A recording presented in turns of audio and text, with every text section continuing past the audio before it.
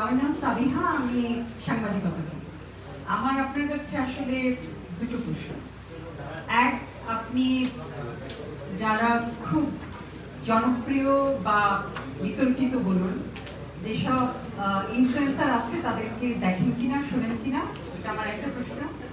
কারণ একটা সময় পর্যন্ত তাদেরকে রিজেক্ট করলেও আমরা একটা পর্যায়ে পার হয়ে এসেছি যখন দেখা গেছে যে ইনফ্লুয়েন্সাররা যা বলছেন সেটাই এখানে ইমপ্লিমেন্টেড হচ্ছে, এরকম একটা ফেজ গেছে আমাদের। এটা একটা প্রশ্ন। আরেকটা জিনিস হচ্ছে যে ডেজিমেন্টের ক্ষেত্রে এই যে যার বিরুদ্ধে বলা হচ্ছে তাকে কথা বলার যে ফেয়ার চান্স দেওয়া, এটা অবশ্যই এটা বেসিক জিনিস। কিন্তু অনেকেই আছেন যারা যে কানে দিয়েছি কুলো, পিঠে বেঁধেছি কুলো টাইপের, মানে কোনোভাবেই রেসপন্স করেন না।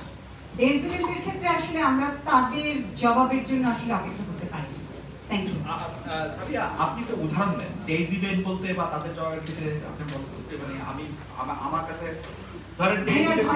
ধরেন একটা, আমি একদম খুব শেখার জন্যই আপনার কাছে ধরেন একটা মানববন্ধন হয়েছে, সেই মানববন্ধন থেকে কোনো একটা প্ল্যাটফর্ম কোনো একজন রাজনীতিবিদ বা কোনো একজন ব্যক্তির বিরুদ্ধে কথা বলছে, তো সেই জিনিসটা আমরা বারবার যোগাযোগ করলাম, মেসেজ দিলাম, ফোন করলাম, রেসপন্স যদি কেউ না করে সেক্ষেত্রে কি হবে? আমি একটা প্রশ্ন বুঝতে পারছি, সেই ক্ষেত্রে তো আপনার কোনো দায় নাই। আপনি যদি অন্য কাউকে কোর্ট করে বলেন, একটা মানববন্ধনকে কোর্ট করে যদি বলেন যে আসুজ্জামান 10 কোটি টাকা চুরি করেছে,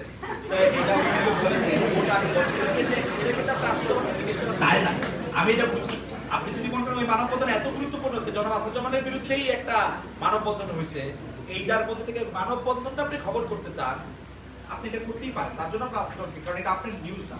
কিন্তু আপনি যদি বলেন খবরটা হিসাবে যে তিনি অমুক জায়গায় 20 কোটি টাকা দুর্নীতি করছেন, আপনার খবর, তখন আপনাকে অবশ্যই তাকে জিজ্ঞেস করতে হবে। এর মধ্যে একটা আর আগের প্রশ্নের উত্তরে আমি আপনাকে বলি, জনপ্রিয় বা বিতর্কিত যারা ইনফ্লুয়েন্সার বলে তাদেরকে আমি দেখি কিনা, হ্যাঁ দেখি। আমি আসলে জীবন বা জীবন রক্ষার তাগিদে এই স্ত্রী এবং কন্যাকে দুটো ভাত রুটি তুলে দেওয়ার জন্য এমন অনেক কিছু দেখি যেগুলি আমি একটা স্বাভাবিক জীবনে, একটা স্বাভাবিক মানুষের আমি কখনোই দেখতাম না। আমি তাদের সবাইকে দেখি। আমার আসলে মানে এই ক্ষেত্রে মানে একজন ভিখারির আসলে অত চয়েস করার থাকে না, আমারও খুব চয়েস করার কিছু নাই। আমি এটাকে কোয়ালিটি বা অন্য কোনো কিছুর জন্য না, কিন্তু তাদেরকে আমি দেখি। আমি আসলে যত রকম বমি, গালি, তারপর হচ্ছে পুলিশ, ভালো মন্দ, আমি সবই বা দেখতে চেষ্টা করি। জি জি, ডক্টরের গান শুনেন?